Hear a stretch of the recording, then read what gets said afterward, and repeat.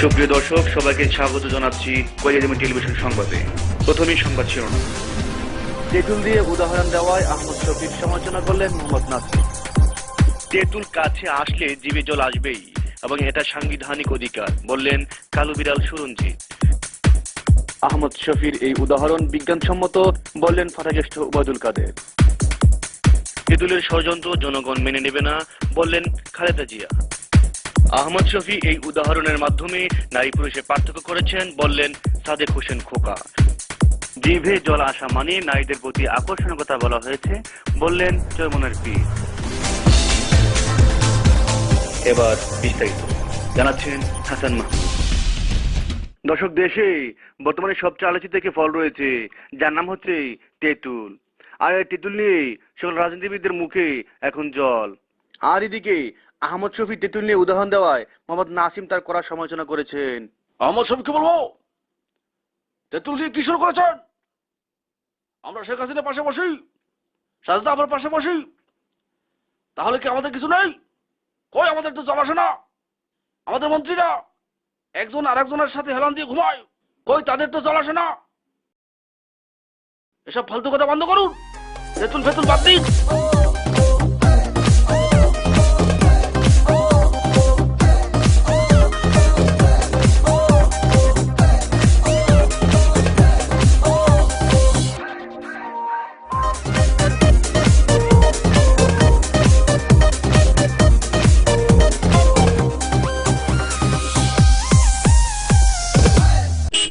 আর এদিকে ফাটাকেষ্ট ওবায়দুল কাদের বলেছেন আহমদ শফির এই উদাহরণ বিজ্ঞানসম্মত।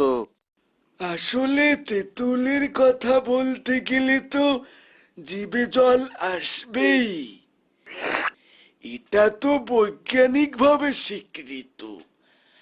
আমি বলবো, যার জল না আসে তাকে ডাক্তার দেখানো উচিত।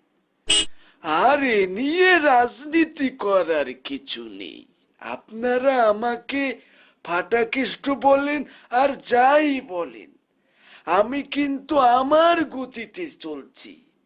হ্যাঁ, বাস আসছে, সারা দেশ থেকে বাস আসবে, বিশেষ করে নোয়াখালী থেকে অসংখ্য বাস এসছে।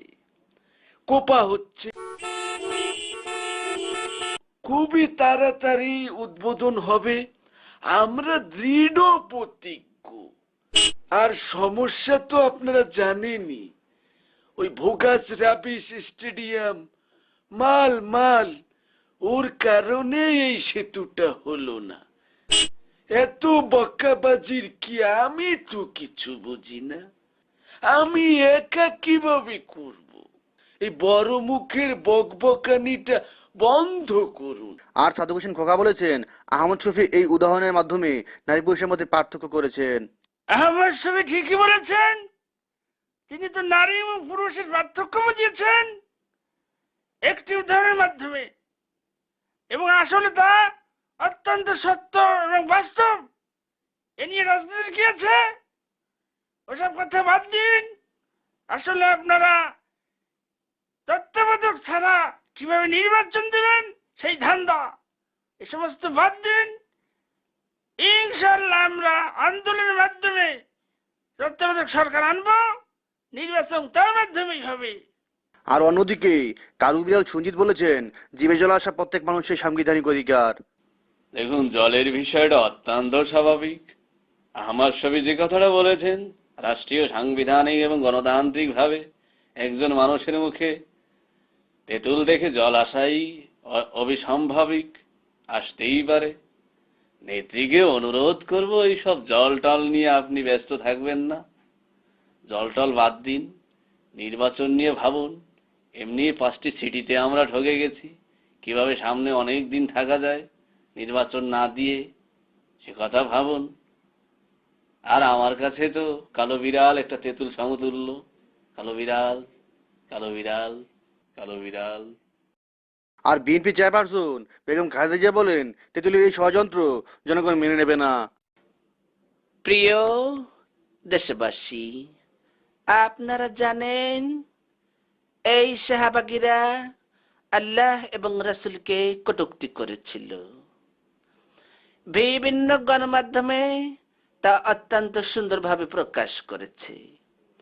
বিশেষ করে মাহমুদুর রহমান তার পত্রিকায় প্রচার করে দেশের সকল মানুষের দৃষ্টি খুলে দিয়েছিল এই নাস্তিকদের সম্পর্কে।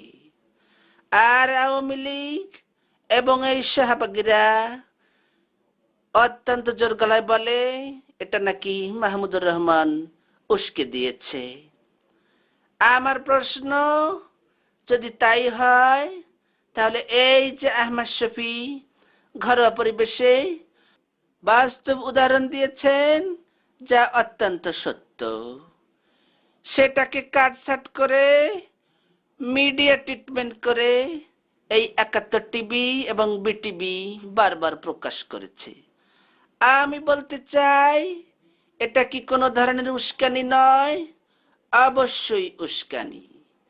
তারা ষড়যন্ত্র করেছে এটাকে বারবার প্রচার করে নারীদের মাঝে একটি উত্তেজনা সৃষ্টি করার জন্য।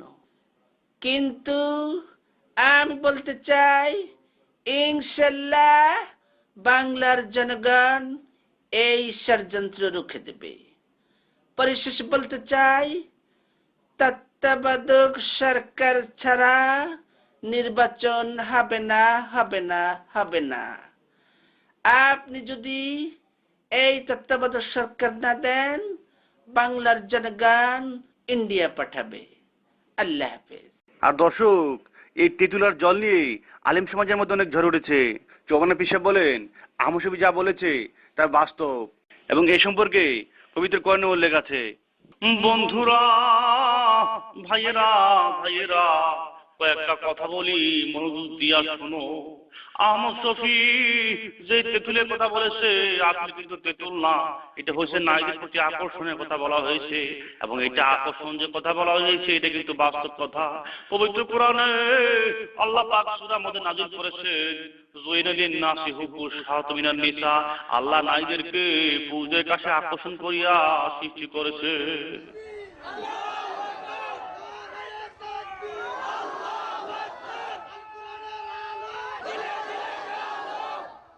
দর্শক, পরিশেষে একটা কথাই বলতে চাই, ইসলাম নারীদেরকে যেভাবে চলতে বলা হয়েছে সেভাবে চললে জলও আসবে না, আর নারীদের মর্যাদাও ক্ষুণ্ণ হবে না।